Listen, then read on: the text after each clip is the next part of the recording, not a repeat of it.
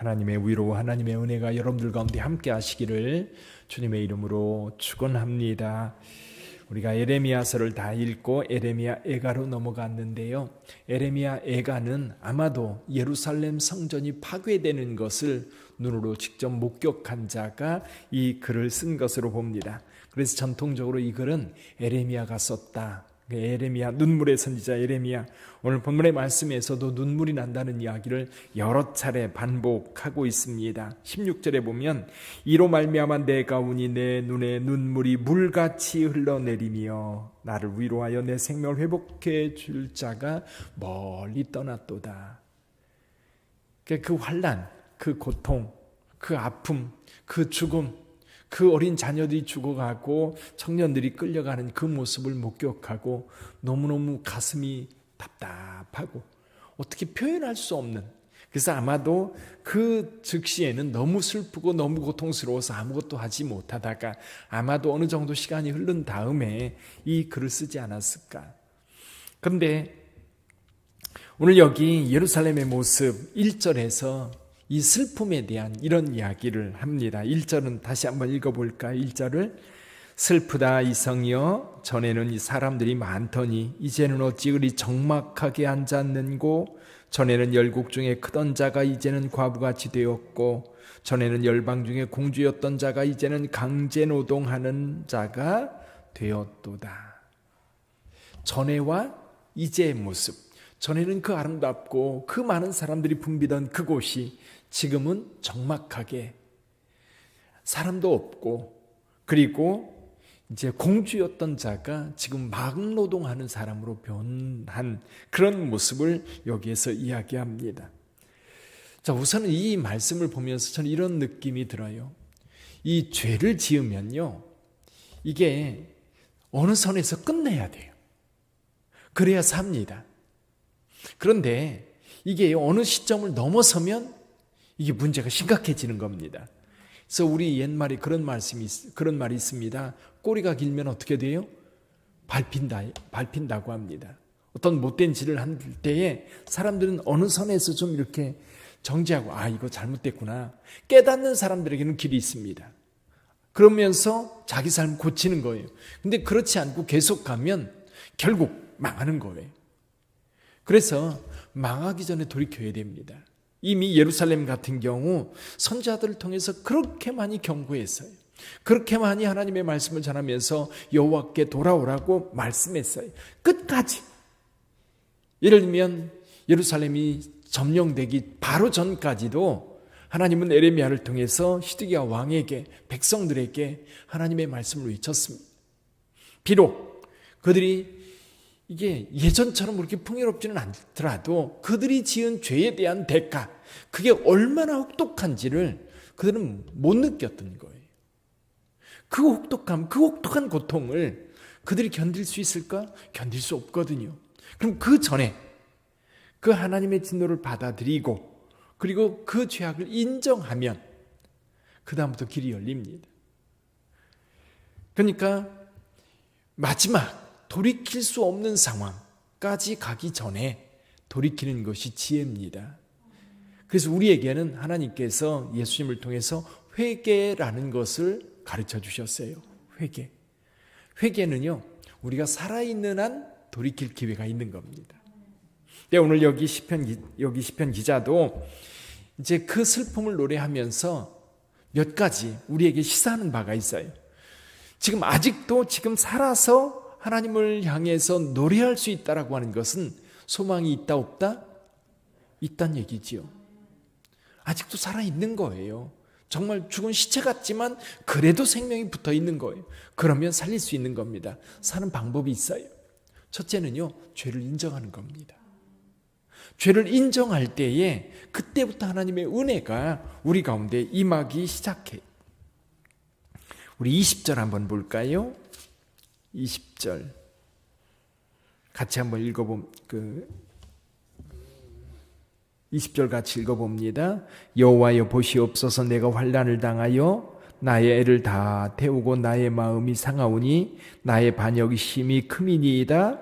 밖에서는 칼이 내 아들을 빼앗아가고 집 안에서는 죽음 같은 것이 있나이다. 여기 보면 나의 반역이 힘이 크다고 인정합니다. 18절도 볼까요? 여호와는 의로우시도다. 그러나 내가 그의 명령을 어떻게 하였다? 거역하였도다.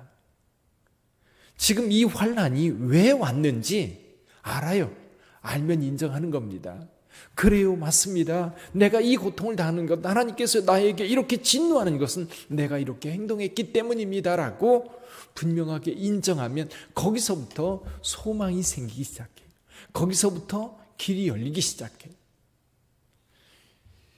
죄를 인정하는 것, 특히 우리 그리스도인들에게는 이 부분이 굉장히 중요합니다. 세상 사람들은 인정하려 하지 않아요. 요즘에 정치권에서 여러 가지 사건들, 문제들, 의구심들이 계속 드러나는데 인정하는 사람 보셨어요? 인정 안 하니까 망할 때까지 가는 거예요. 인정하고 받아들이면, 그리고 사과하고, 이건 분명히 내가 잘못한 거다. 내가 과거에 그때는 내가 알지 못했다라고 사과하고 진심으로 그때 행동을 뉘우치면 국민들도요, 봐줘요. 아, 저 사람 정직하구나. 우리가 다 알잖아요. 부동산 문제, 자녀 문제, 그때는 그렇게 될 줄 몰랐지요. 장관 될 줄 몰랐지요. 그렇죠? 국무총리 될 줄 몰랐지요. 그래서 그냥 평범하게 시민처럼 행동했는데 적어도 고위공직자 정도 되려면 그 정도까지도 깨끗해야 되는데, 그럼 그때는 내가 그랬다. 잘못했다고 인정하면 우리나라 사람도 어려워요. 근데 어때요? 끝까지 못 내밀어요? 오리발 내밀잖아요. 언제까지요? 다 망가질 때까지. 결국 회복할 수 없는 상황까지 가게 되는 겁니다. 근데 우리 하나님 앞에서는요, 하나님 앞에서는 살아있다면 언제든지 하나님께 내 죄를 인정하고 우리 하나님 앞에 다시 서면 됩니다.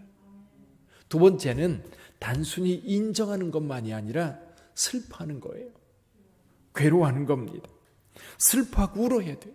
지금 여기 이 시편, 여기 에레미야 애가에 에레미야는 이 말씀을 쓰면서도 그 눈물이 가득 채워져 있는 것을 볼 수 있어요. 무엇 때문에? 고통 때문이 아니에요. 죄 때문입니다. 죄. 물론 죄와 고통이 함께 왔기 때문에 눈물을 흘릴 수밖에 없지만 그 이전에 내가 이런 고통을 당할 수밖에 없는 것, 그 원인, 이런 거죠. 진작에 여기서 벗어나서 진작에 하나님 앞에 온전한 모습으로 섰으면 이렇게 되지 않았을 텐데. 근데 사실은 선지자는 끊임없이 하나님의 말씀을 외쳤지만 그 백성, 왕을 비롯한 유다의 모든 고관들, 모든 백성들 그 말씀을 들으면서도 돌이키면 산다고 하는 것을 선지자는 분명히 아는 거예요. 근데 그것을 받아들이지 않고 끝까지 가는 그 모습이 너무너무 가슴 아프고 너무너무 속상한 거. 아마 여러분들도 자녀 키워보셨겠지만 자녀들을 이렇게 보면서 분명히 부모님들의 입장에서 볼 때 이렇게 가면 될 것 같은데 그렇게 안 되잖아요. 속상하잖아요. 근데 이게요, 그래도 보통 자녀들은 부모님에게 이제 안심도 시켜고 우리 시대는 이렇습니다 그러면서 길을 가요. 나중에 보면 자녀들이 더 잘 된 경우도 있어요. 근데요, 하나님 앞에서는 하나님의 말씀을 따르지 않고 엉뚱한 길로 와서 잘 되는 경우 있어요, 없어요? 없습니다. 하나님의 말씀을 끝까지 따라가고 그 끝에서 하나님의 영광을 볼 수 있거든요. 근데 그 하나님의 말씀을 무시하고 하나님을 멸시하고 하나님을 인정하지 않고 내가 원하는 길로 갔다가 결국 이렇게 망했을 때 이제 다 망하고 나서 그제서 후회한다. 근데 여러분, 다 망하고 나서 그제서 후회한다 할지라도 그때 지금 첫째는 죄를 인정하는 거예요. 하나님, 내가 잘못했습니다. 이러이러한 잘못이 있습니다. 또 한 가지는 그 죄를 슬퍼하는 겁니다. 내가 왜 그때 그랬던고. 나의 행동, 분명히 이것은 악한 것이었고 나쁜 것이었고 결코 해서는 안 되는 것이었음을 눈물로 슬퍼하고 고통스러워하는 겁니다. 결국은 그럼에도 불구하고 마지막까지 의지할 대상은 누구다? 하나님이시다. 하나님께서 우리에게 고통을 주셨어요. 하나님께서 우리에게 그 고통을 허락하셨어요. 하나님은 나에게 그런 고통과 환난을 주셨기 때문에 결코 나를 용서하지 않을 거야. 보통 사람들의 생각입니다. 그런데요, 하나님 앞에 돌이키면 그 하나님이 끌어안아 주시는 줄 믿습니다. 그래서 예수님께서 탕자의 비유를 통해서 우리의 모습을 보여주시는 거예요. 우리는 다 죄악 가운데 제갈 길로 갔어요. 탕자가 집던 아버지의 재산 가지고 나가서 호랑방탕하면서 있는 것 다 써버리고 먹을 것이 없어서 돼지치는 집에서 그 쥐연 열매로 배를 채우고 잘 때 생각난 게 뭐예요? 아버지 집이었던 거예요. 여기서부터 구원이 시작되는 거예요. 아버지 집에는 풍족한 품꾼들이 얼마나 많던가.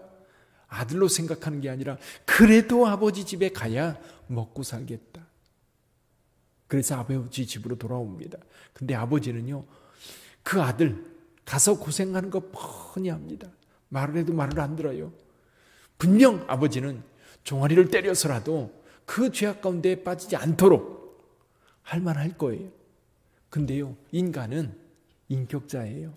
하나님은 우리에게요, 우리의 인격적인, 우리 자유의지에 맡기는 부분들이 있어요.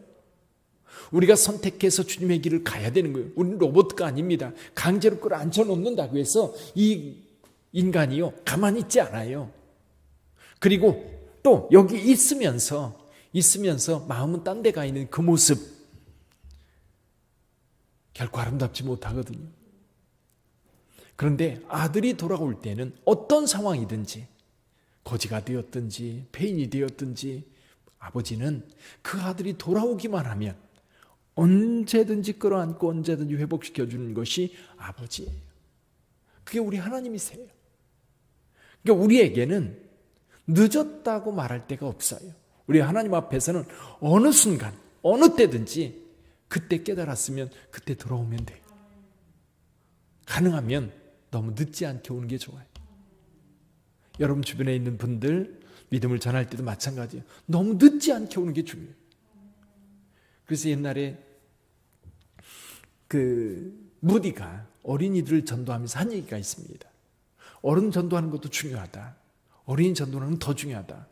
왜냐하면 어른들 그만큼 죄악 가운데 살면서 정말 악하게 살고 상급 없는 삶, 정말 무의미한 삶을 살아왔는데 여기서라도 이제부터라도 예수님 믿고 의미 있는, 그리고 성실하게 천국 갈 삶을 살아가면 되는데, 어린아이들은 그의 인생 전체가 하나님 앞에 드려지는 인생, 하나님과 동행하는 인생이 될 수 있다는 거예요. 그래서 인간을 전체로 구원하려면 어렸을 때 전도해서 어렸을 때부터 예수 믿게 해야 되고, 그리고 아쉽지만 우리 인생이 얼마 남지 않았더라도 전도해서 그 남은 인생이라도 하나님의 은혜 안에 사는 인생으로 만들어야 된다는 거죠. 이게 전도인 거예요, 전도. 그런데 여러분, 마지막 임종 전에라도 예수 영접하고 가면 천국 가는 줄 믿습니다. 늦었다라고 말하는 데는 없어요. 주님 앞에 내가 숨이 붙어 있는 한, 내가 이 땅에 살면서 늦었다, 이제는 안 돼. 우리 가끔 주변에 전도하다 보면, 목사님 이제는 전 됐어요, 그냥 살다 갈래요. 몰라서 그래요. 죽음이 얼마나 고통스럽고 두려운 일인지 몰라서 그래요. 지옥이 뭔지 몰라서 그래요. 오늘 여기 에레미야가 그 예루살렘이 다 망한 다음입니다. 다 사로잡혀간 다음입니다. 그럼에도 불구하고 몇몇 살아남은 유다인들에게 이 노래하는 거예요. 이제라도 죄 인정하고 슬퍼하면서 하나님 앞에 돌아오면 우리 하나님의 긍휼함이 그를 붙잡아주는 줄 믿습니다. 그 은혜가 저와 여러분들에게 있고요, 우리 주변에 아직도 하나님을 알지 못하는 자들, 그들을 향한 우리의 긍휼함, 주님의 마음이 함께해야 되는 줄 믿습니다. 기도하겠습니다.